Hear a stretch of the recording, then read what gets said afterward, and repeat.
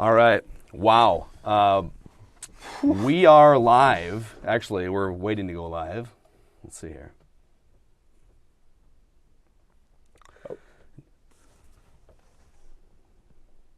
All right. We are live.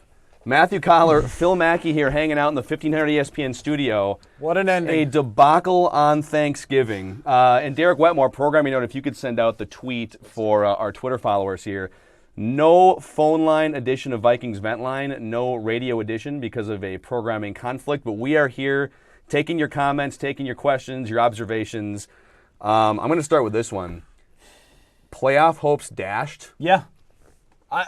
You're basically 2 games back in the division now. It's very hard to just declare a season over when there are still games to be played. Yeah. But now you have no tiebreaker against the Lions.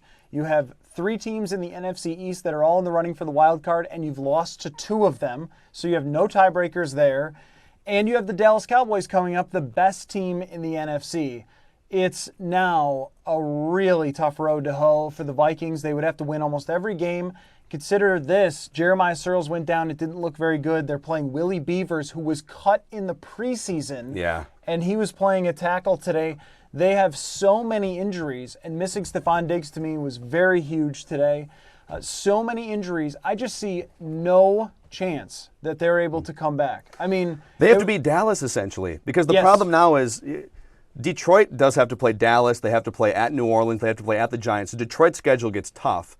But you have to finish a game above them in the NFC North if you want to win the division. A whole now. game above, So- because if you're tied, they win that tiebreaker. Right, so you have to be 2 games better than them the rest of the way. Now, you play Jacksonville if you're the Vikings, Indy, maybe Green Bay is checked out, Chicago, so we'll see what happens. But at this point, let's assume the division's gone. Let's assume Detroit just clinched the division from the Vikings anyways. You've got Washington, you've got New York, the Giants, you've got even the Saints are still sort of clinging on to life. Yep. You're in that muddled mess of like 5 other teams in the NFC here, and then it comes down to various tiebreakers.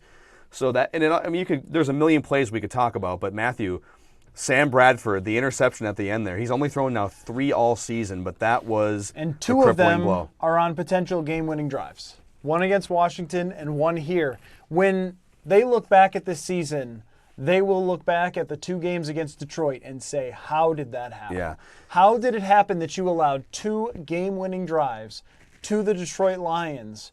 And one of them, well, okay, it wasn't a game-winning drive, but a game-tying drive, and then handed them the ball on your final drive. All the things that had to go right in that first game with Blair Walsh missing the extra point and Stafford doing something that hadn't been done since like 2003, coming back with only 23 seconds left. And now this, where if you just hold on to the ball and do nothing, you've got overtime. And instead, here's the thing that's crazy about this to me, is that Bradford is not really going for it.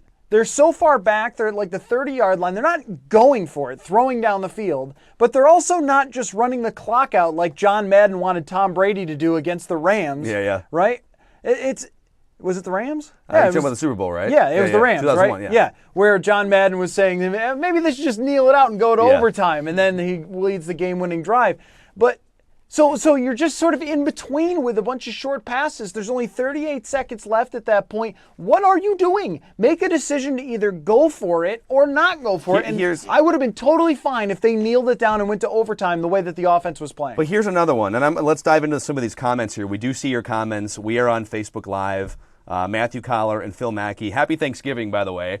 Even though most of you are depressed because on top of being full and maybe having like a weird uncle that you've been avoiding all day, the Vikings just soiled themselves on national TV. But if you watch that dog show, I hear that was good. Yeah. But Greyhound apparently took it down, according to Matthew. That's my dog. Do you want me to do the questions, or you guys just want to handle those? I'll get to the initial ones, and if you go post some stuff on the website, Derek, and we'll do a multifaceted effort here. But most people early on, I see Andrew, I see Jeffrey, I see a few other people talking about the 3rd and short play on the previous drive. Yep. And you were noticing this all game long. We talked about this at halftime Vent Line. Bradford has a high completion percentage. He's efficient. But why on 3rd and 2 or 3rd and 3 are you running a route and throwing a pass that's short of the line to gain? It doesn't make any sense. You could say that for about 5 different 3rd down plays in this game. And they on the drive where they went ahead, they did complete one to Cordero Patterson. They kept the drive going. But then they even got super conservative when they were in the red zone, where it looked like they weren't even trying to score a touchdown. And this is the big problem with Sam Bradford. He has been really good, considering the circumstances. You lose Adrian Peterson. You lose the whole offensive line. Joe Berger gets hurt today. So I get why you have to go short passes. And then even Jeremiah Searles, who's not good but also isn't the worst player ever, he gets hurt and you're playing Willie Beavers, and it's a mess up there. So I understand why you're not just throwing it down the field. But I think the difference between a number 1 overall quarterback who takes his team to the Super Bowl and is great is that you can overcome some of that by making a throw, by making a big superstar play because you're the quarterback. And what they needed was 1. I thought the defense was excellent today.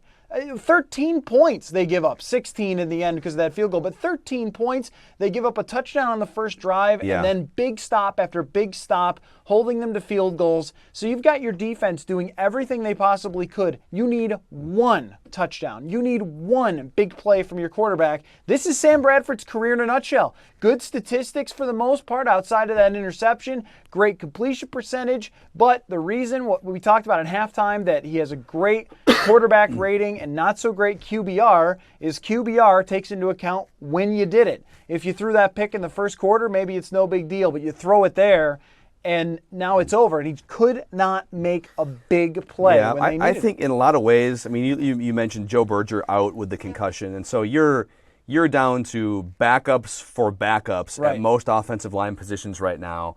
And so I definitely get the short pass strategy and the check down strategy, but there are times on 3rd and 7 or 3rd and 3, whatever it is, to just, you know what, if you throw an interception 15 yards down the field, you're going to live with that. You're going to, and I'm not saying 7-step drops even, I'm just saying look at on some of these shorter 3 and 5-step drops. So I'm with you on Sam Bradford. Justin chiming, let's see, I'm going to read some of these comments. Just go down the line. Vikings offense must contain tryptophan because it makes me sleepy from Jeffrey. Darren says it sure would be nice to have a quarterback that could scramble for a couple of yards once in a while. You know what? Okay, let me look this up. Matthew Stafford must have run for 50 yards today. 30 yards. Couple of big conversions there. Early in the first quarter, he juked Chad Greenway. And now Chad Greenway is 5 years past his prime, but Chad Greenway made Matthew Stafford look like Michael Vick in his prime as the Lions were driving down for, I think it was their first touchdown. So, yeah, there was a couple times like that 3rd and 15 run for Matthew Stafford. How are you allowing that guy to run 15 yards on that play? He finished with 30 yards rushing on 4 plays, and he gets a big first down. I'm sorry about this, Phil. I can't put my focus at all on the defense in this game. Yeah, you gave up a 3rd down conversion. This is one of the best offenses in the league. Matt Stafford today held to 23 for 40 passing, so barely over 50%. He was not that efficient when it came to his yards per completion. They didn't run the ball all that great. It wasn't like they just, outside of Matt Stafford, they did not run the ball that well. Nobody really destroyed them today outside of Anquan Bolden having a good day. Like, this was a solid defensive performance that wins you almost every game all the time. You'll take 16 points on the road, short week in this all situation. The time, yeah. You'll take it. It's very possible that it's just what we saw in the first 5 games, we got to get over that. The first 5 games are a lifetime ago. This is a completely different team. More questions here. By the way, it's Matthew Collar, Phil Mackey here. Happy Thanksgiving to all of you now depressed Vikings fans. Let's see here. So we need some more talk. I know everyone's all over Bradford right now. Well, let's stay with Bradford then, because in a game like this, this is what you traded a first-round pick for, was a guy that was talented enough to make this play. What you got out of Sam Bradford, you could have gotten out of Case Keenum today. You could have gotten out of Sean Hill today. Now, that has not been true all season, for sure. I mean, the first 4 games that he started, there were games that they won because of Sam Bradford. Right. And I still would look at Sam Bradford and say that this is a quarterback good enough to win you a lot of games when you have a great defense. This is not a quarterback good enough to overcome a heap of injuries that nobody ever wants to talk about, but that's one of the biggest reasons you lose. And that's why you would say, yeah, that we justified the trade because we didn't know that everybody was going to get hurt. But at the same time, you also traded it for a guy that was going to raise your level just high enough to get what you deserve out of this defense, which is still, after today, they might end up being ranked first in the NFL in points against and miss the playoffs. They might get to the end of the year and go, hey, we're the best in defense in the entire league. We allow the fewest points, and we end up being on the outside looking in. They're not a lot different than some of these Rams teams we've seen in recent years where they're top 5 in defense in various measurements. And now the Rams are reversed because they're usually good at running the ball and they can't throw the ball. And the Vikings are competent at throwing the ball here. Jeff chimes in, Cordero Patterson, some other people are chiming in on him too. It seemed like in the first half, the Lions had really snuffed out some of those bubble screens and short yardage. Now, he did run a really good route in like the third quarter. Big third down catch, on the drive that led to the go-ahead field goal. See, a couple people saying what we led the show with 2 seasons. Roger says the season's just flat out over. Yeah. We can go through, I'm going to pull up some standings here. We can go through some of the past, but like if it comes down to a Washington tiebreaker, well, they beat you already. And so that's a team Washington's not going to win that division. Now, I guess if they beat Dallas today, then you can start having that conversation. But Dallas is a touchdown favorite. And here's Ray chiming in. When you never throw the ball more than 4 yards downfield, can you blame the defense for jumping the route? That's another thing, too. If the defense has watched you check down all game long, they know where you're going. They're more likely to pick that pass off than they would otherwise be. Well, let's get back to Cordero Patterson real quick because we were fast to announce that Cordero Patterson was all of a sudden a really valuable part of the offense. We were ready to pay him like $10 million a year. But he comes up with a big play at a big time. It was the only big play of the game for the Vikings, really, was his 22-yard run. And so that's what Cordero Patterson does really well, is that you can use him in a reverse and whatever else. Like he's got a chance to make a big play. But he's almost like a guy who is, you expected to be a real wide receiver, and he's become like a Dante Hall or Devin Hester, and probably not even as good as Devin Hester was as a wide receiver. And today really showed that if you have no deep game at all, then Patterson cannot fit in. Because you're right, they're just going to jump all of those routes and all of those bubble screens, especially a team that's seen you before, and they took advantage of it. As now, my mindset is starting to shift toward, well, what have we got for the rest of the season here? It's, in my mind, teams don't often play this way, but it's, can we find out if Cordero Patterson can run a route or not? Like, can we put him in situations from here on out to see if he could be a real wide receiver as opposed to a bit player? Because then we'll know at the end of the season if he can run routes like he did on that third down and make plays down the field, then yes, you want to keep him. But if he doesn't, no. And unfortunately, because of the standings that you have there in front of you, that is why we're having the conversation, because I think that you're going to tell us it's not good. I will. There's a couple other comments coming in here too. Austin says the sucky thing is, we can't even start tanking for a good draft pick because we traded it away. I will say this, Austin, and it's a relevant comment because they're going to be drafting in the second round unless they trade back in because of the Bradford trade. I still think if I'm given a chance to take Sam Bradford for $15 to $20 million a year, whatever it is, for the next 5 years, despite some of the flaws we're talking about, or just go back to the drawing board, assuming Teddy's out, I'm taking Sam Bradford for the next 5 years.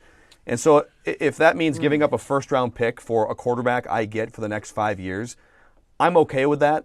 There's still a lot of, I think health is still going to be a question with Bradford and all the things that his numbers look great in certain contexts. But then you watch and you see opportunities to maybe throw the ball downfield or be aggressive in the red zone.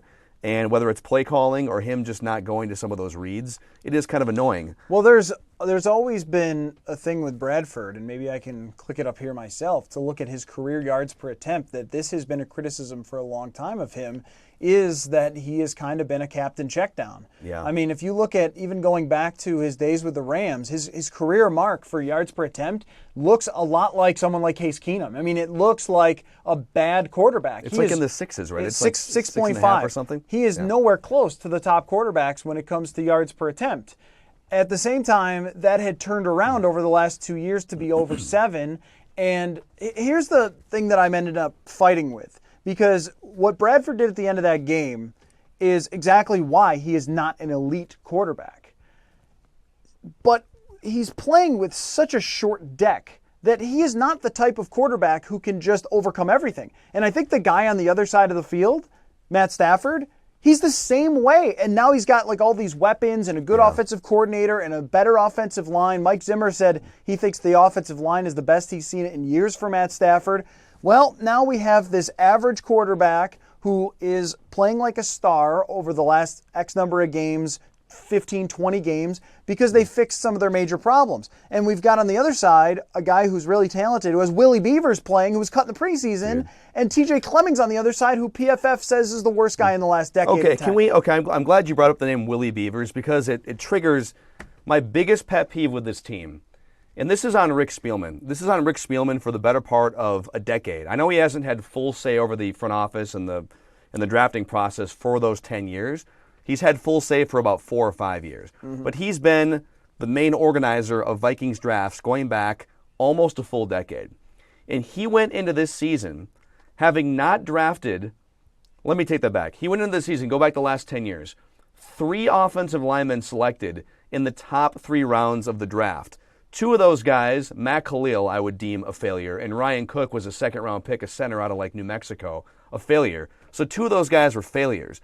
So he has selected 1 relevant offensive lineman, Phil Lodeholt, in the first 3 rounds of the draft the last 10 years. You go into the season, and you're trying to keep, at the time, your third-year young quarterback protected, Teddy Bridgewater.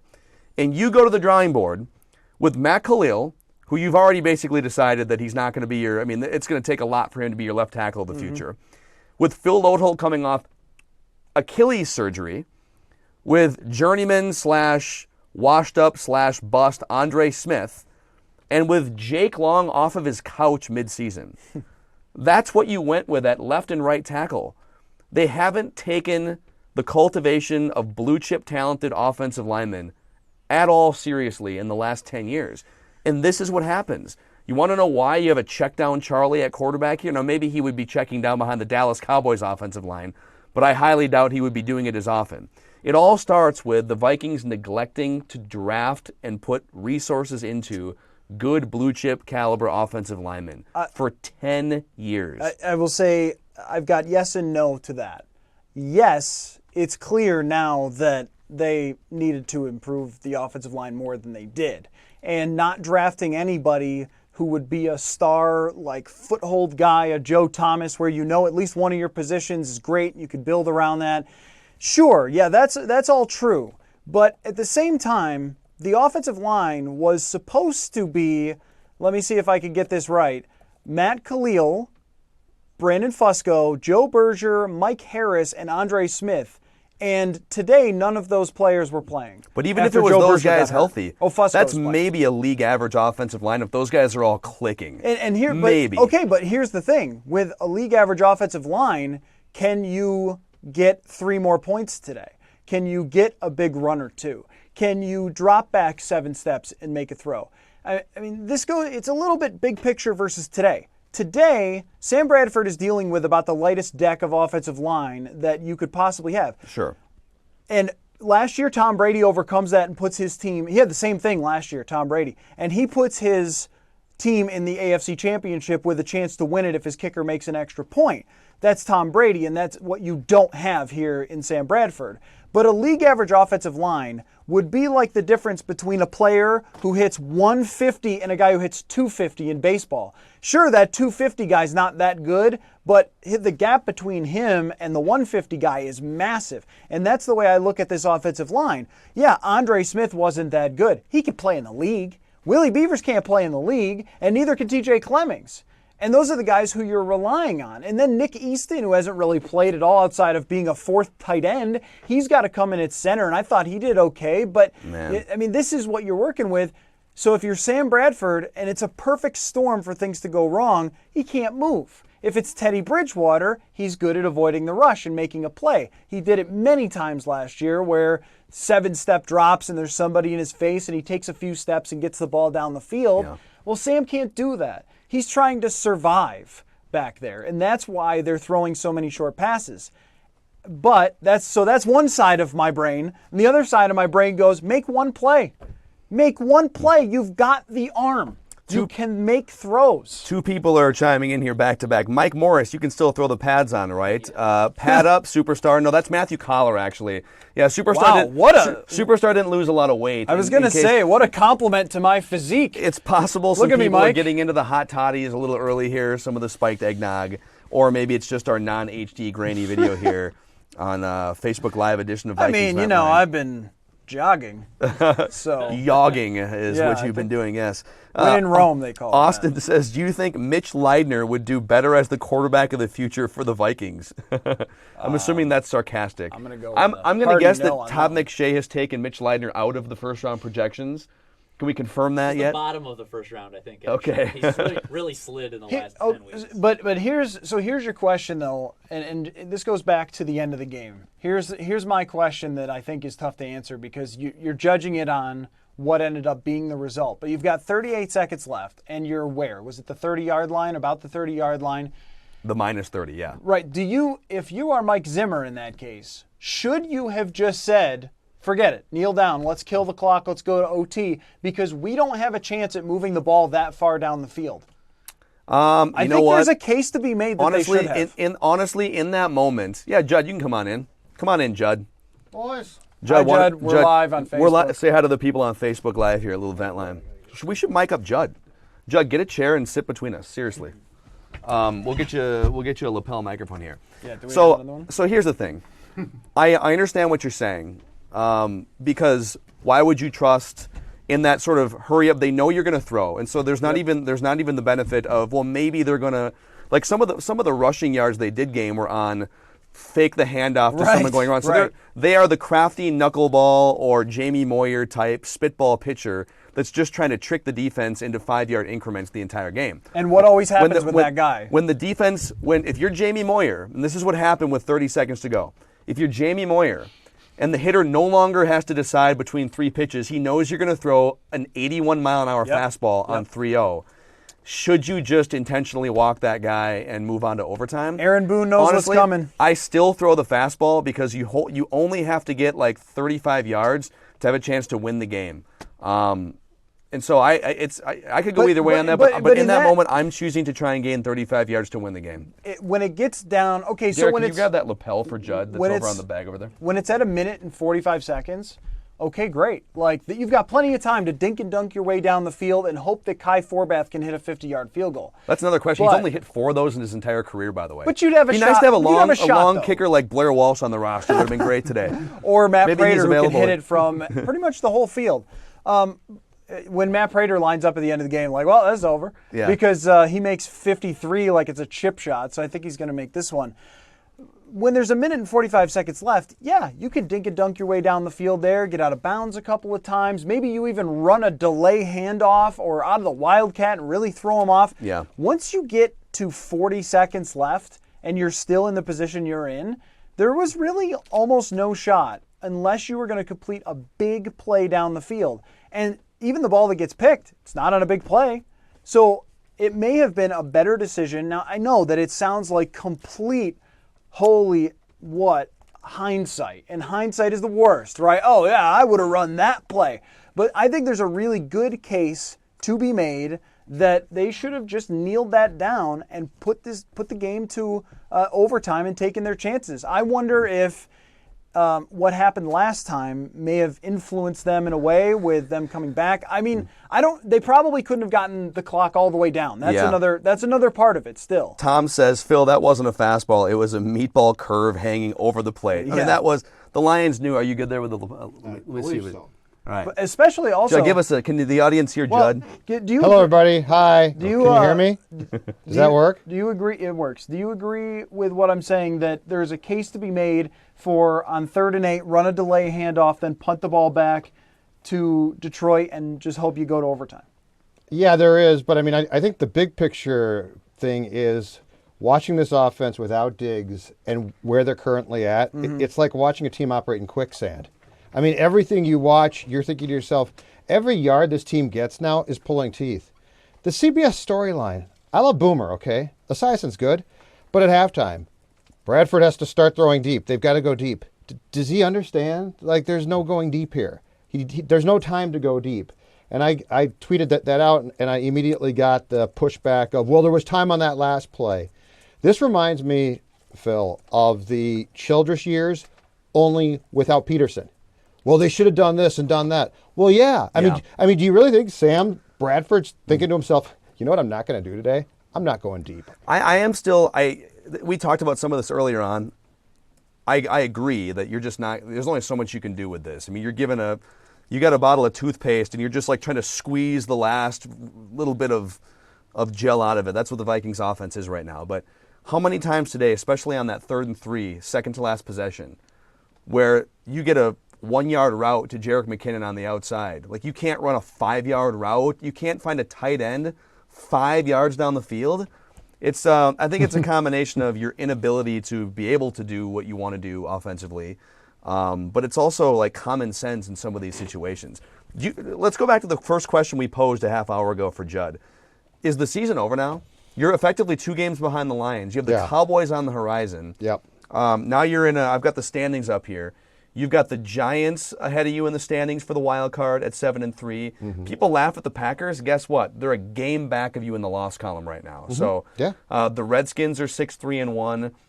The Buccaneers are 5-5 right now.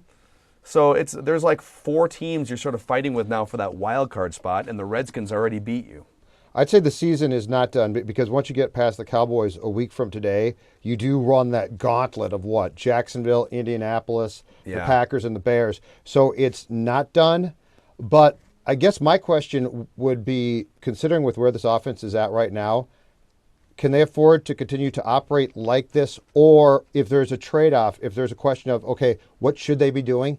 I don't have the answer. I really don't. I mean, we saw Norv Turner for 2 games, right, attempt to say, okay, let's do things this way. And what Norv was trying to do is exactly what the broadcasters were calling for today, which is let's see the Vikings throw it deep. Yeah. That didn't work. So I don't think the season is done. I just don't know how this offense continues. And I think we're going to get the narrative very soon. Adrian's coming back to save the day. I don't see that as being a cure. It might help, but it ain't going to cure all that ails this offense. The way that I look at it is I've already written in a loss to Dallas. It's not impossible that they could beat Dallas. So if they do that, then I will walk back saying that I think the season is over. I've just already written that in as a loss because Dallas is so fantastic. They've got the talk of the league, 2 rookies. They've got the best offensive line since the 90s with Dallas. They are a very, very good team, and when you can't do anything more on offense than just dink and dunk and throw 4-yard passes, it's really hard for me to see them winning that game. Right. And even if they did get on a run at the end of the season, that's a run to 9-7 potentially. Let me speed through some comments here. By the way, just to reset for people who are sneaking away from family and crying in your beer over this debacle of a Vikings game, that's Matthew Collar from 1500ESPN.com. You can follow him on Twitter at Matthew Collar. He also does film reviews on our website. He does the Purple Podcast, which you guys are going to record an episode here after we get done on Facebook Live, and the Sports Analytics Department podcast too. Judd Zulgad, Mackie and Judd from 9 to 1 for those of you who are looking for like 4 more hours of this on a daily basis. A little therapy tomorrow. I'm Phil Mackey. What's that? I said a little therapy tomorrow. Yeah, it might be, for your shopping. Might need to be a lot of therapy after this one. Some of these comments coming in here. Matt said Vikings should move to Europe and stay there. I don't think the Vikings would be welcome in London based on the history, Corey says. Kevin says with all the injuries, even if they did make the playoffs, it'd be a one-and-done situation. I think that's very much true. Jason, let's get to this one here, because I know, Matthew, you wrote an article that's still on our website, 1500ESPN.com. Jason says Peterson will struggle running behind this line. All right, so let's say they bring Peterson back and they still are in the mix with 3 games to go. To what degree do you think Peterson, who's been out now for 3 months, 2 major knee surgeries in the last 4 years, he's going to come in here and what? I would say be better than what they've got. Although I will say that if there was any positive to this game from the offense, it's that they did have a few big run plays. Cordero Patterson broke one on a reverse. Jerick McKinnon had a few positive plays.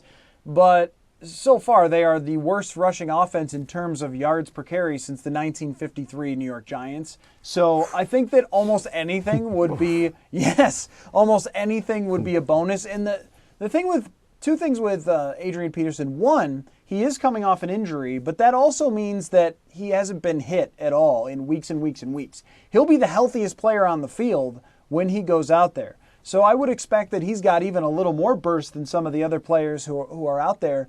He can also break a tackle or break a big play. Those things are possibilities where right now they're not. And I had this stat in my article. They have the fewest explosive plays as a team in the entire NFL, and it's by a lot. What, is that 20 yards or what's the? It's passes of over 25 yards or runs of over 10. And they are dead last by 50 miles in that category. And Peterson at least gives you a chance to, let's say a game like today, where you're at the end of a game and you've got the ball and it's third down or something, he's got that chance to break the big one that puts you in the end zone, that finishes out a game. Whereas right now, as much better as McKinnon has looked the last 2 weeks, I don't think he's got that in him. How much, though, with this line as it's currently constructed now and with all the guys out, how much of an opportunity does he have, though? I mean, he was averaging in one full game and 2.5 quarters, 1.6 yards per carry. He's 31. I could see him breaking occasional big runs, but I think to even expect the guy that we saw last year, who was highly effective, is a stretch, because as bad as we thought that offensive line was in 2015, guys, this is much worse. I mean, they cannot run block. Yeah, for the most part, they can't do it. I think it's going to, no matter who's running the ball, I think opposing defenses are going to tell the Vikings running game to pick their switch, Judd. Pick their switch. And use it often against themselves. Kevin says Jim Brown couldn't get any yards behind this offensive line. Corey, but 80 can't juke like he used to. Don't expect big plays from him. Terry said Willie Beavers did play today. Who knew? Did Willie Beavers get a couple snaps today? He came in he in there? for Searles at right tackle okay, for the Searles rest of the down. game. Yeah, Okay. yeah. Hey, good for Willie Beavers, finally getting on the field. Oh, That's my good. gosh. The draft pick's not a bust now. Yeah. So if you're the 13th lineman to get in since like OTAs, you're no longer a bust. So congratulations. With Peterson, no matter who you have in there, you're going to have this bad offensive line. So with a bad offensive line and Adrian Peterson, you have a chance at something. With the current crop of 3 total running backs, since they let Ronnie Hillman go, you have almost no chance of big plays. And if you mix Peterson in at first, maybe if you don't feel like he can handle the whole load, you can use McKinnon still a little bit. And if you still, for some reason, want to use Matt Asiata on 3rd and 1 or at the goal line, he did score today, so maybe I have to take all my Matt Asiata opinions back too. But I think that there is at least a chance to have a threat of a running game with Adrian Peterson in there. Now, the big question for me is whether he's going to want to come back now, because if they lose against Dallas, it looks like such a big uphill climb. And here's your 4th right tackle that you're on. If I'm Peterson, I might say, I want people to still believe that I can play. That's what I've been saying. Right? Well, why would you come back if you're Peterson, and let's say you come back against Green Bay, 2 games left. You're coming off a knee injury. Why would you come back when you know that you're going to have your contract either restructured or be cut to potentially play behind this line and, God forbid, get hurt again? Like, I don't understand. If you were coming back to a playoff team that said, okay, Adrian, if you're back there, this sets us up for a deep run, I completely get that. But if you're Peterson, all you're thinking about from the moment that you decided to have this surgery, which was the long-term surgery, right, was I'm going to be out for longer so I can play longer. I don't understand why you'd come back for a short-term burst that could either get you hurt again or exposed. Right, but if, let's say, I mean, you're Peterson, you want to make a good chunk of money next year, whether it's with Minnesota or somebody else. Sure. Teams are going to want to see that you are alive, right? Teams are going to want to see that. I think there's value in just getting back on the field. It's kind of like when pitchers have some kind of minor like bone spur surgery in May, and maybe they come back for 2 starts in September for a team. Scott Baker did this one time, I think, came back for a 90-loss Twins team for 1 start in September. Like, well, what's the point? And he said, I mean, so I can show teams this offseason, I'm a free agent, that I am back, I can throw 90 miles an hour, and here I am. So could it backfire if Adrian Peterson gets tackled by 3 linebackers and tears his Achilles and tears an ACL? I can see both sides. Sorry to interrupt you. No, go ahead. Matthew Stafford is being credited with a game-winning drive for that game. Did they run a play or did they just kick the They field kneeled goal? down. He kneeled. He kneeled to set up the That's field amazing. goal. Oh my so gosh. that gets you a game-winning drive? That gets you a game-winning drive. God bless this Wow. country. This country. Analytics. America is great again. So that's like when the closer comes in, because the 8th inning guy loaded the bases and the tying run is in the on-deck circle. Yeah. And Right. he comes in and Gets a throws save. one pitch and gets a pop-up, Yeah. and he gets a save because he mopped it It up. would almost, in this case, it would almost be like if, off the guy. if, or had the catcher pick off a guy at first base and he gets a save. Like, great pitching, Steve. Like, Yeah. You threw one ball way outside and we picked the guy off and you get a save for it. Just back to the Adrian Peterson thing. If I'm Peterson, I've got to know how close we are. Because if they are one game away from a wild card spot, if all of a sudden the NFC East just collapses into a million pieces, the Giants fall apart, Washington falls apart, Philadelphia stays at the bottom, then maybe you've got a shot for sneaking in. Peterson may say, forget it, man. Like this, if this is my last run with the Vikings, I'm going to give them everything I've got just to see if we can get in, because with this defense, we can surprise some people in the playoffs. But also, do we have to wait to snark about defense wins championships or not? Can I do that now? Defense wins championships unless you have a shipwrecked offensive Yes. line and the worst running game in history. Yes. Yeah. I forgot about the Eagles, too. The Eagles beat the Vikings, and they're 5-5. So if the Eagles win this weekend, you'll be tied with them, and then they'll have the win over you. Every team in the NFC East has at least a 500 record and a positive point differential on the season. So, again, like you're now hoping for the Lions to lose. They have a tough schedule. You're hoping for them to lose at Dallas. You're hoping for the Saints to show some life in a couple weeks. Man. Because their playoff It hopes is- are hanging by a thread. I don't mean to interrupt you. It is just such a disappointment of what we're talking about right now. Considering where they've come, I know that everything has happened, but to have 3 games that were hanging in the balance, 2 against Detroit, 1 against Washington, where you are right there to win a game, and now we're talking about, hey, maybe the Washington loses 4 games in a row, and Kirk Cousins' knee explodes, and then New Orleans has to lose all the games, and when Willie Beavers finishes a game Yeah. at right tackle, something has gone very, very wrong in your once enchanted season. Let me go through some more comments here. If you're just joining, it's Vikings Vent Line in sort of a different format this week. We usually stream on Facebook Live, but ordinarily we're on the radio. We have a programming conflict, so we're here just on Facebook Gophers. Live. Go for women in the Bahamas. They're not even in the country. But that's Matthew Collar, Judd Zolgad hanging out. Is that a Judd sweatshirt you're wearing too? Yeah. It's a Judd. Birthday present from my mom. Is this like Cordell Judd Patterson's thing. socks? It's a Judd thing. For, It is. for radio Yeah. guys? We were ripping we Cordell go. for wearing Cordell No. socks. Now Judd's wearing a Judd I'm sweatshirt. completely self-centered, much like the athletes I cover. about me. Robert chimes in. You guys are smoking crack. If you think you can't make that joke in the studio, you guys are smoking crack. On that chair. If you think, especially not this chair, yeah. If you think, we'll fill you in on that later. You're from Buffalo. So I've heard of it. if there's anything but a 1% chance of beating Dallas, we're not like literally. We're No, there marking really it down isn't. as a loss. Yeah, so no, I'm looking at the games after Dallas. I Yeah. ate That's 2 all I'm ham looking at. if sandwiches they beat today. Dallas, it's game on in a million different ways. Yes. And if you beat Dallas and you're good enough and look good enough in that game to beat Dallas, Look at Detroit's schedule for the rest of the season, and then look at who the Vikings have after Dallas. That's the your only reason why I'm bringing this up. That's your hope. That's the only reason. No, and you're right to do that. It's just that whole if you beat Dallas thing is. No, I don't think they beat Dallas. Such an incredible. I think uphill Detroit. I climb. think there's a potential Detroit goes in the tank for the rest of the season, and that the Vikings then lose to Dallas and make a run after that. That's the only reason. I just don't believe that this Detroit team is anywhere near as good as the Vikings have made them look at the end They're of not. some games. Detroit, here. honestly, charmed. this is going to be the worst take ever because the Vikings just got swept for the first time since when by Detroit?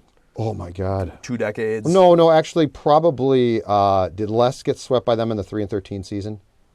Ooh. They might have been swept in that year. If someone on Facebook could look that They up, were. when's the last time the Vikings were swept by the Lions in a it season? might have been 11. But despite the sweeping of the Vikings, Detroit, I think, is still one of the 2 or 3 most, if not the single most overrated team in the NFL. Oh yeah, no, I Detroit think has so. a bottom 5 defense, which you couldn't expose today because of your bottom 5 offense. And they have a one-dimensional, and Matthew Stafford's been good at that one dimension, but you wouldn't even put him in the top 5 in that dimension.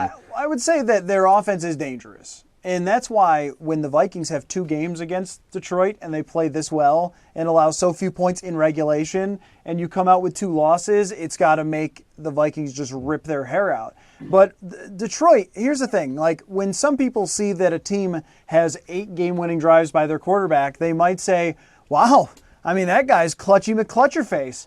And I look at that and I go, he's lucky McClutcherface, because how often can you He's ever... Andrew McClutchin. Andrew McClutchin. Oh, yeah.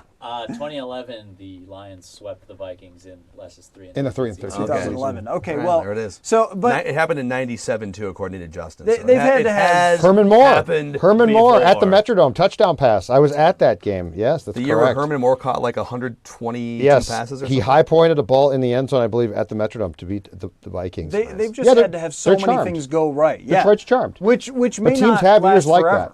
I mean, the Vikings, when we, a year from now or 2 years from now, when we look back at this year and start to go through the list of guys who got hurt, I mean, it's going to be amazing. I mean, hold on, statistician Derek. Yeah. Also got 2014, Zimmer's first year, the Lions swept the Vikings. Wow, so Mike Zimmer has now been swept by the Lions twice in 3 years. So what's his record then? Against the Lions? Yeah. So what? He's 0-2. 0-2, 0-4. 2-4. They split last year, didn't they? 1-5. I think so. I'm calling for a change. Wait. I'm calling for an immediate change Mike in Zimmer Minnesota. is 1-5 against the Lions. Come on, join me. I need to validate this. Should we fire his ass? Changes need to be made at Winter Park Mike No, Zimmer's tomorrow. job. split what? last year, 2-4. Tomorrow. 2-4 against the Lions. Are you serious? Still, that's nothing to roar about if you're. Wow. Wow. Is there anything you can't do that to? Wow. That's nothing to get in your ship and sail across the Atlantic. Look, my Maine, get gosh. off my back. Yeah, people are validating this. Okay. Mike Zimmer is 2-4 against the Lions. Listen, Okay. I'm Coming done up with Mike next, Zimmer. head coaching candidates for the Vikings Oh, for the boy. last 5 games of the season. Norm Turner. yeah, bring him Pat back. Shurmur. Bring him Oh, back. my But gosh. I mean, in all seriousness, like when it comes to the coaching of this team, what do we say about it? Because in one way, I feel like what they did today, being so insanely conservative on third downs, and maybe most of that's Bradford, or maybe it's not. It's impossible for me to know. That cost them the game. That's why you lost, because you needed a first down just a couple of times. You couldn't get it. You were short of the sticks. Matthew, you want to know what really cost the Vikings the game today?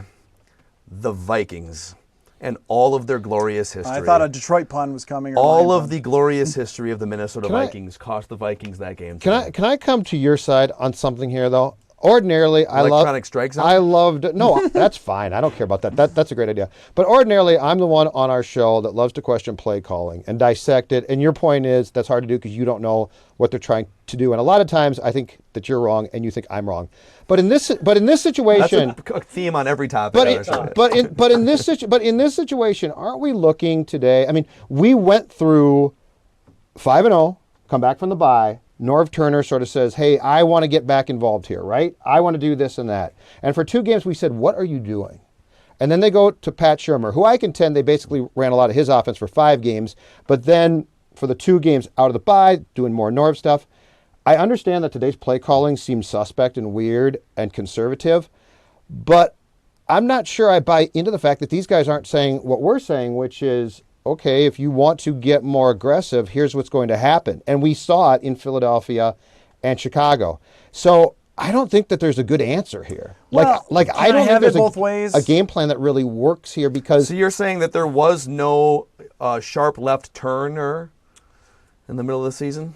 You could no, great. that It's didn't catching work. its cut on. That was Let bad. me pause really- before I talk more about the Lions. God. Okay. Wow! Oh no! yeah, please. No! Hey guys, I gotta go right. Okay, I'll see you guys later. No. all right. You know what? I will say this one last thing. Next week, the Vikings need to cowboy up if they want to stay in the playoff chase. Good. Yeah. Wetmore. But His head's gonna blow off. okay, so the play calling bit though. Yeah. The entire game plan of we're going to have to gain 4 or 5 yards at a time because we need Sam Bradford to, live after today.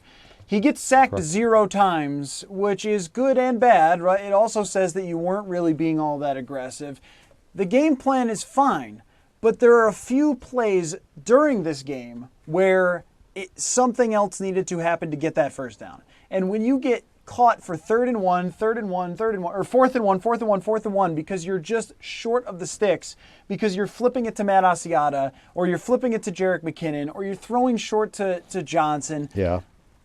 I mean, that's where I say yes, it is questionable. If that was the play by design, then that is certainly questionable to not run plays that can get past the first down sticks or to not have any aggressiveness. And it also comes all the way back to probably the first point that I made after the end of the game, that the great quarterbacks in the NFL make a play to win you the game.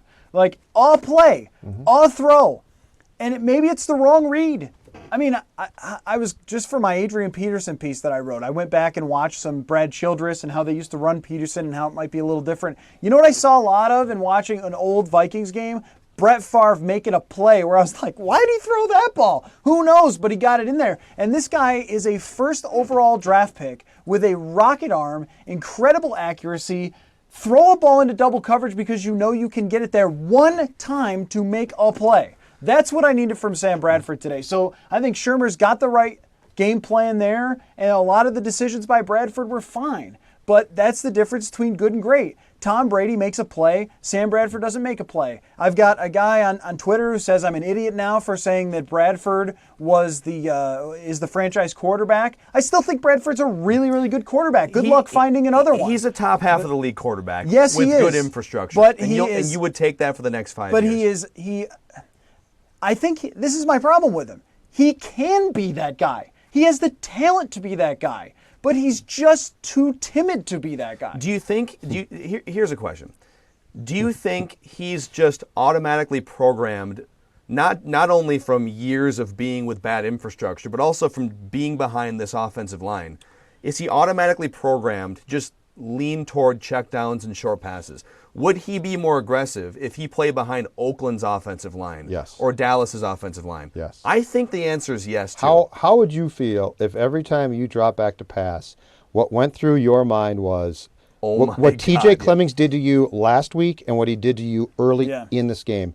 Because I'm sorry, that's why you can get away with TJ Clemmings at right tackle with a right-handed quarterback, because at least if you're going to get killed, you know it's coming and you can duck, right? I mean, you recall, Phil, that we talked about this, the game in Philadelphia or Chicago. By that point, he was ducking because I think Clemmings was getting beat and he saw it coming, and he would start prematurely ducking, but he was ducking.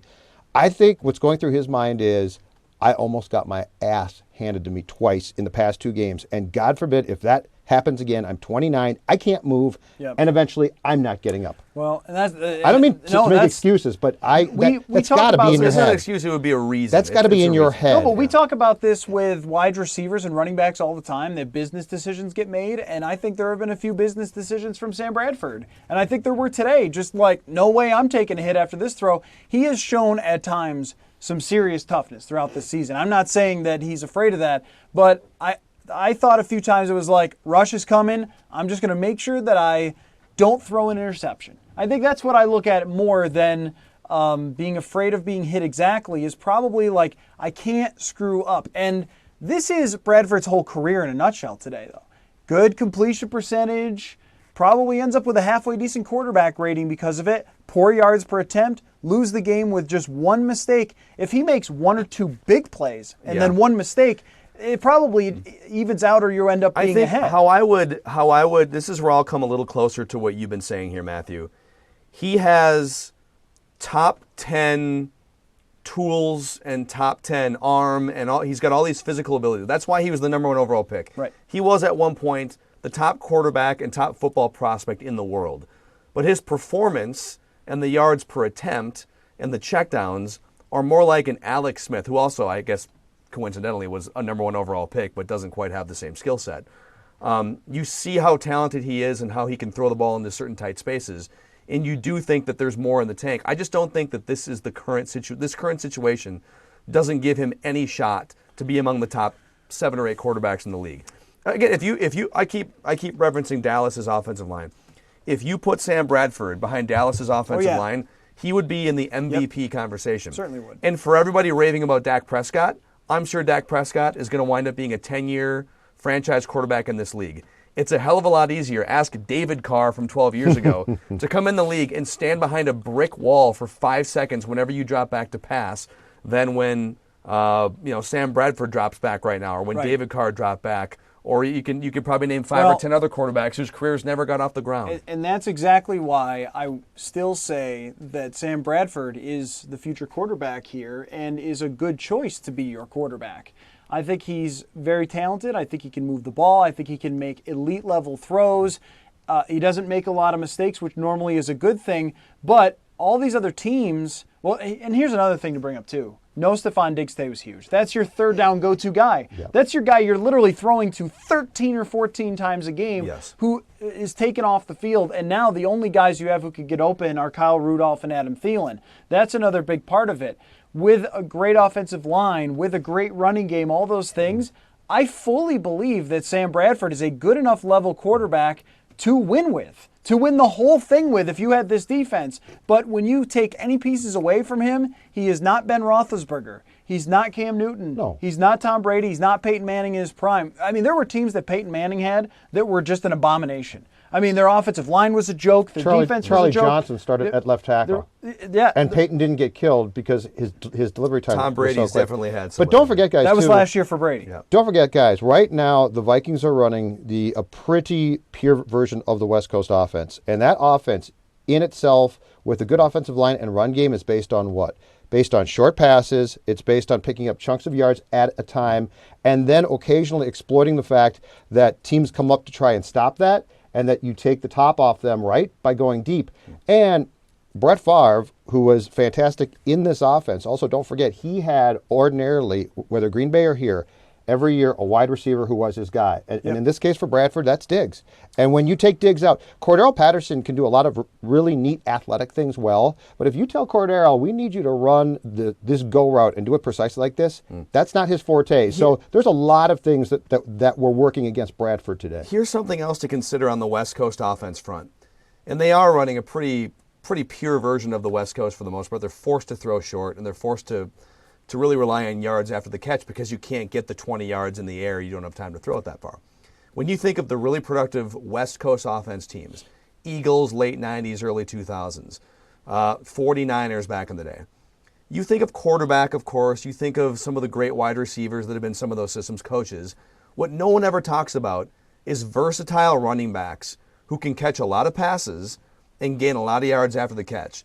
That is a huge ingredient. Westbrook in Philadelphia all those years ago. Amon Green in Green Bay, when I Amon covered Green him. in Green Bay caught a ton of Perfect passes. example. Yes. You're Brian Westbrook. Roger Craig in you're San Francisco. Roger Yes. Craig, right. Correct. And I can name a bunch more too. Right. Right now, playing that role for the Vikings mostly is Matt Asiata, who even in the passing game is 3 yards in a cloud of dust. Look at his career yards per reception. He's it's He's Hort. atrocious.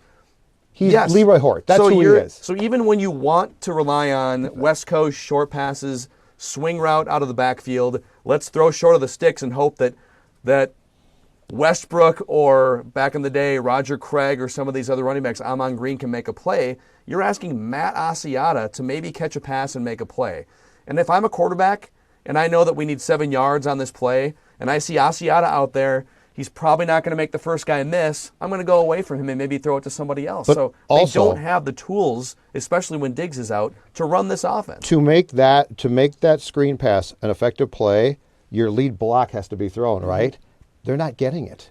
I mean, when you look at this offensive line, which is decimated and not good, Rudolph is not a good blocker at all. Nope. So you are actually looking at a lot of guys who, if Asiata or McKinnon are to catch the ball, a lot of times they have to get that first block, and Matt, it's not there. No, it's not. It's just not there. Let's reset this real quick for people who are still watching us. And we thank you for hanging with us on Thanksgiving. We're trying to become your therapist for the day here after a debacle in Detroit on Thanksgiving. Matthew Collar, Judd Zolgad, I'm Phil Mackey. You can find all kinds of coverage on 1500ESPN.com, not just today, but all the time. We've got film breakdowns. We've got great part-time contributors. We've got podcasts. We've got the largest podcast network in the upper Midwest, Purple Podcast, Sports Analytics Department for Matthew, and all kinds of other stuff. Here's Tom chiming in. Calling Fat Matt Asiata Leroy Horde is a huge insult to Leroy Horde. Keith says, I do think Brady could do well with this offensive line because he's always adjusted with the situations he's had. But again, Keith, when you're talking about Peyton Manning, who you brought up, and Tom Brady, and there's probably, I would say Phillip Rivers and Drew Brees fall into this category too, There's like 5 quarterbacks in the league, and Brett Favre when he was younger too, who can rise above terrible offensive lines by just making amazing decisions at the line of scrimmage and being able to read defenses. Tom Brady had tight ends playing tackle for a couple games for large chunks last year, but he's Tom Brady. So you can't compare him to Sam Bradford. I think what Sam Bradford is, Alex Smith is a pretty good comparison. It's a system quarterback, not by the definition that people use it for. Usually a system quarterback, people sort of mean like a game manager of sorts, but it's a guy who's going to do pretty much exactly what he's told to do. He's not going to be Brett Favre or Peyton Manning and just say, this is my offense and I'm going to run this whole thing my way.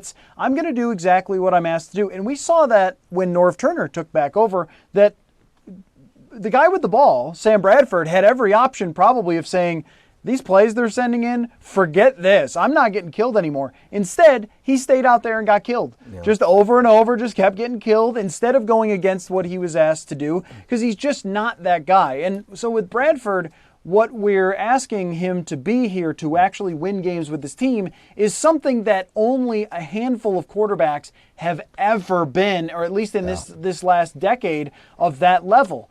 So it's not to say that the guy can't be a quarterback on a winning team, only that if you were expecting him to come in and just take the franchise on his back and win, it's not going to be the case when you lose everyone, including your number 1 wide receiver for today's game. If Brett Favre in, let's say, 2008 or 9 had been presented with this team, he throws the pick to Slay in the first quarter. So, I mean, before Tom Brady, Manning in his prime, I mean, I could go through probably on one hand, if I could get up to that, of guys who could overcome this. Yeah. But for the most part, when you are looking at the fact that you have no run game, that your protection is suspect, and the fact that that Bradford didn't get sacked means nothing. It means absolutely nothing. He's just getting rid of the ball that fast. Yeah. So we could name about 4 or 5 quarterbacks, if we're lucky, who you could say could have stepped in there today and won that game. Yeah, and they're all Hall of Famers. Yes. Right? So, hey, let me ask you this, Judd. Exactly. What's worse, if this team whiffs on the playoffs? They started 5-0 and people were talking Super Bowl. The 2003 Vikings started 6-0. Yeah. I don't know if anyone was talking Super Bowl. It was a good offense, but it was still wait-and-see mode. What would you consider the bigger meltdown from the 6-0 or 5-0 start to potentially not making the playoffs? Before you answer that, can I bring up something real quick? Sure. Adam Thielen on the interception, because of course it always goes on the quarterback. He said that he made a mistake on that play. He was supposed to sit down in the zone and did not come out of his break and knock it down like maybe a great wide receiver would. He admitted that he could have made a play on that to save Sam Bradford's bacon, but he didn't. But he didn't on purpose because he liked Sean Hill. Right. In hindsight, he looked back Taylor and said, Heineke. Didn't. Or Taylor Heineke. The mistake is Cordell Patterson cover up the tackle and it's not 3rd and 7. I would say the worst meltdown is probably 2003, based on the fact that if this was a healthy team melting down, this is off the charts bad. But as I said, in a year or two, when we go back through the injuries on this team, Phil, it's unbelievable. I mean, you lost your quarterback. You went out and got a quarterback. Okay, that's great. You lose Peterson. That's not a small deal. You lose offensive linemen left and right, like it's going out of style. So I would say the 2003 meltdown, and I was covering the Packers that year, but I don't remember the amount of injuries. Just the fact that this team has lost so many guys offensively. I'm telling you, watching this offense feels like watching an offense in quicksand now. Yeah, there's a certain point where every team is going to be given a buffer for injuries. It's the NFL. You're seeing players getting carted off from every single game. So just because you have injuries doesn't mean it's an excuse, because every team has a certain amount of injuries, but the Vikings have gone way past that buffer. Yeah. Right? Let's say there's a 10 to 20% just natural attrition rate for your roster in any given season. Sure. The Vikings have gone so far beyond that. You can expect to lose maybe 2 offensive linemen in a bad season. Let's say you lose 2 starting offensive linemen if you're really getting hit with injuries in a normal season.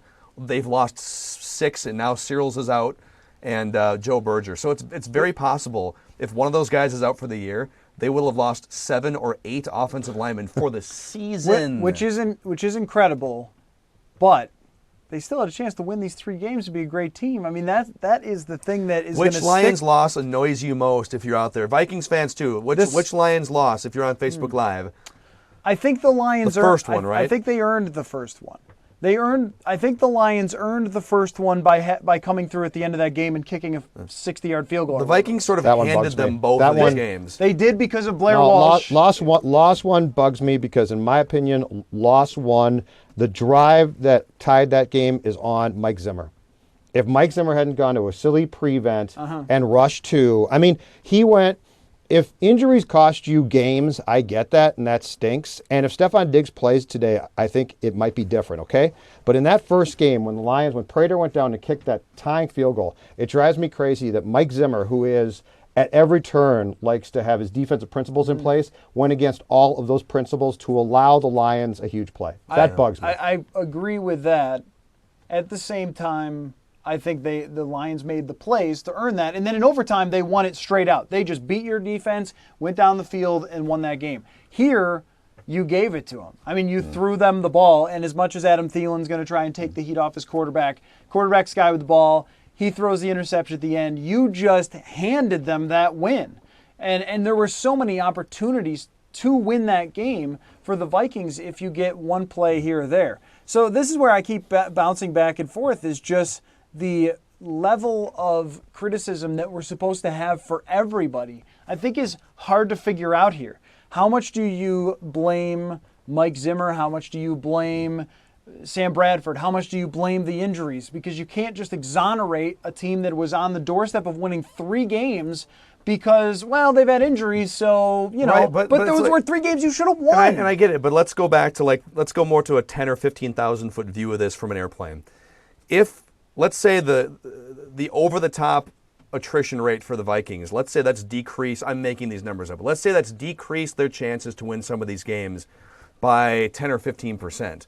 Well, that could be an extra field goal. It could be an extra touchdown. Yeah. So while it looks like they're screwing it up, it might just be that they don't have good enough players to overcome some of these situations. But I would say that they were right there in doing that. I mean, that they should have. That they did have the capability in all the games that they lost close, the 2 Detroit games and the 1 Washington game, they had the ability to get the job done there. And in 2 of them, the quarterback didn't get the job done. And in the other one, the defense didn't at the end of the game and in overtime. And really, the quarterback didn't either, because you're talking about 2 for 5 in the red zone. You get a first down at the 18-yard line and you come away with a punt. I mean, that's on the quarterback too. He took a sack there and he didn't move them forward to get them into the end zone. So it's like, how much do I really just give them that excuse, even though it is true that every injury is taking away potential value for wins? Sure. But when you are right there in 3 games and should have won them, if not for pretty much massive blow-ups, then you have to point fingers at somebody. Sure. What I would say is your upside as a team, the ceiling on what you're able to accomplish is much lower than it was even a month ago. Oh, yeah. And so in order to win some of these games, it's like you used to have a car that had a speedometer that you could drive it up to 200 miles an hour. But now your car only goes like 90 if you floor it. And so you're not always going to be able to drive 90 because sometimes you're going to have to slow down, you're going to screw up, you're going to need gas, whatever it is. And so what you're seeing is on some of these plays, I think you're just having to, you're with the current unit you have, you're going to have to play almost perfectly to win almost any game against a formidable team, and it's not possible to always play perfectly. Justin chimes in, says 0-3 was worse because you were coming off 6-10, or 0-3 I guess is more justifiable because you were coming off 6-10. This year they're coming off 11-5. That makes some sense. James says the first loss was worse against the Lions, but today was more frustrating to watch as a whole. Roger says today's loss against the Lions was worse because they didn't learn their lessons from the first loss and made some of the same mistakes. David says, I guess I could argue clock management today as well on the last drive. Was he upset about? Well, is he referring to Zim what? used the timeout? Yeah, I mean, you get the Timeout ball 2. with 1:45 and you haven't really moved at all, and you're already at 40 seconds. Yeah, That's been a theme throughout the season, really, when it comes to Zim. It has. and Tracy Clays, but that's a different show. Yeah. That's Gophers Vent Line after Saturday. Tackles are getting beat like rented mules Yes, from they are. Jason. Oh. Kip says horrible play calling, horrible bad offensive line. I'm We've not. covered a lot of this stuff. I don't Okay, know but- about horrible play calling. You've been given. This is my Overall. point. But this is my point about the switch from Turner to Shermer. You've been given the opportunity as fans and we in this end of the business to see both sides now. Understand there's no good side. I mean, they're not purposely not trying to make big plays. This so reminds me, Phil, of going back to '06 especially, before Peterson got here, but with Childress, right? And what's he doing? And why are all these short passes? And you should do this and that. And I always said, so do you think he's not thinking the same thing himself? Like, are Bevel and Childress watching games in '06 saying, you know what, forget the big pass, we don't care. They'd love to go downfield. There's so many things.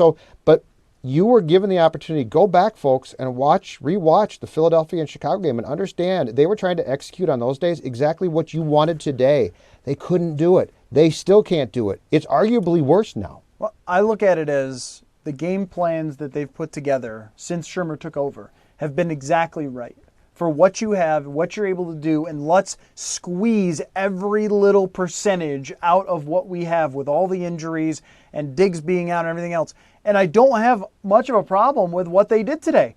Throwing the ball short, they actually got like a decent yards per carry, which has just been like red herring for them. Like, it just does not exist that they could get some plays on the run game, but they figured that out. They got a big play from Patterson that ends up leading to the field goal on that drive. The creativity has come out where you saw the flea flicker reverse play help them get a win last week. In this Wildcat? case, the Wildcat has been successful, over 5 yards per carry. In this case, in this game, I think you had the right game plan. You just needed your quarterback to make a play, just one play. I think that's what it comes down to. I know that I keep saying it, but we could point fingers at whoever you want to. Injured offensive line, Pat Shurmur, Stephon Diggs out, Adrian Peterson out.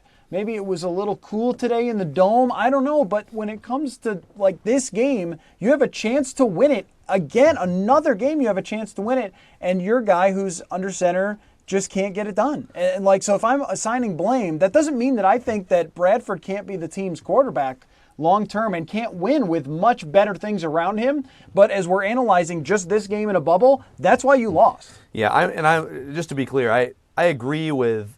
I wanted him to be more aggressive in certain situations. If there's 4 receivers running a route on 3rd and 3 and it's a key situation, don't throw it to the 1-yard route with a linebacker in pursuit in that situation. Well, yeah, that's another thing I wanted to get to, is that it wasn't about like trying to throw it downfield. They didn't need to throw it downfield, like long developing routes the and chains bombs in and stuff. certain spots. But yeah, just right. Get a first down though. You can't be dumping off to Matt Asiata on 3rd down and long. Let's do this. We always, at the end of Vent Line, Superstar Mike Morris and I, and by the way, happy Thanksgiving to Superstar, who's hanging out with family. I don't know if he's watching this or not, but he'll be back in studio, I think, tomorrow from noon until 1 o'clock. Yes. And then again, I think he's filling in for Royce tomorrow, too. So you'll get plenty of Superstar Mike Morris tomorrow. Let's wrap it up. Here's how we usually wrap up Vikings Vent Line. We each quickly give our most important thing we learned from the game today. We'll start with Matthew, go to Judd, then I'll wrap it up here. So most important thing you learned in this Vikings debacle at the end of the game, losing to the Detroit Lions, Matthew Powell? I learned, and I already knew this anyway, but I learned that Sam Bradford is going to need much, much, much more from everybody else in order for him to be good enough for this team to actually win something. And I think we do have to talk about it in the context of actually winning the Super Bowl, because that's where we were at after 5 weeks. If you're going to be a Super Bowl caliber team, he's got to have a lot more around him. And my focus already went from sort of like this big giant game to, all right, where's the offseason going? And what's going to happen here? Maybe that's maybe it's too soon, but that's where I'm at. I learned that it's a really, really nice luxury in watching a Vikings game when the kicker approaches the ball, you're not about to puke. Wow. Kai Forbath made the kicker take from Judd to finish it off. And by the way, Jeff Locke, congratulations. Wonderful dude. Game from Jeff Locke. I had you cut a year ago. You were brilliant. But no, in all seriousness. We didn't do enough Jeff Locke on this show. I don't know why we didn't. He's been great for 2 weeks now and really had a nice year. But when Kai Forbath addressed the football with his right foot today, I didn't feel like puking. And he made 2 field goals and the extra point. And in no case did I predetermine say, he's going to miss those. And he would have piped the 52-yarder to win the game if they hadn't soiled themselves. A Thanksgiving gift, a positive Vikings take. Honestly, I'm going to pour some cold bucket of water on here. I learned that the season's probably over. that if they don't beat Dallas, if they lose to Dallas, they're going to have to basically run the table. And in each of those individual games after Dallas, like Jacksonville, Indy, They need Detroit to Green go Bay, in the toilet's what they do then. yeah, and Detroit could go in the toilet. It is Detroit. If this was the Packers that took essentially a 2-game lead in the division, you'd feel like, oh, it's Aaron Rodgers. Yeah, it's probably over. It is Detroit, so it's not officially over. But I learned the season is probably over if you lose to Dallas. You're going to have to catch the Giants. Washington, even if they lose this game to Dallas today, you're going to have to catch them. The Eagles their schedule weakens up. So Well, so now you just turn your focus to the wait. the what? How about the Wild? They won last night. How about Nice. Minnesota women's volleyball? 3-1. That is a hell of a Wild. win. Minnesota women's sports, as Patrick Royce pointed out, without spoiling who the turkey is if you haven't read it yet, Minnesota women's sports on the U of M campus are about the only thing we can hang our hat on right What? now. So. Shout out to the women's volleyball team for that comeback last night. Down 2 sets, they come back to beat Nebraska. It's incredible. Boom. I went to one of those games. Fantastic. We might have to, if the Vikings lose to Dallas, we should just start doing Gopher Volleyball Vent Line instead. Well, there's nothing to vent about because they're phenomenal. But if they lose, Praise if they're line. ranked number 1 and they lose in like the Final Four, we're going to have a lot of things Then to they vent should have about. That'd be traded. so Minnesotan. What are their positions in volleyball? Do you know? Well, there's a setter. Trade the setter. Hitter. Trade the setter. Trade the Is it a spiker. hitter or a spiker? Spiker. Something like that. We'll brush up on our terms Yeah. before we start the volleyball I'm a Vent Line. football guy.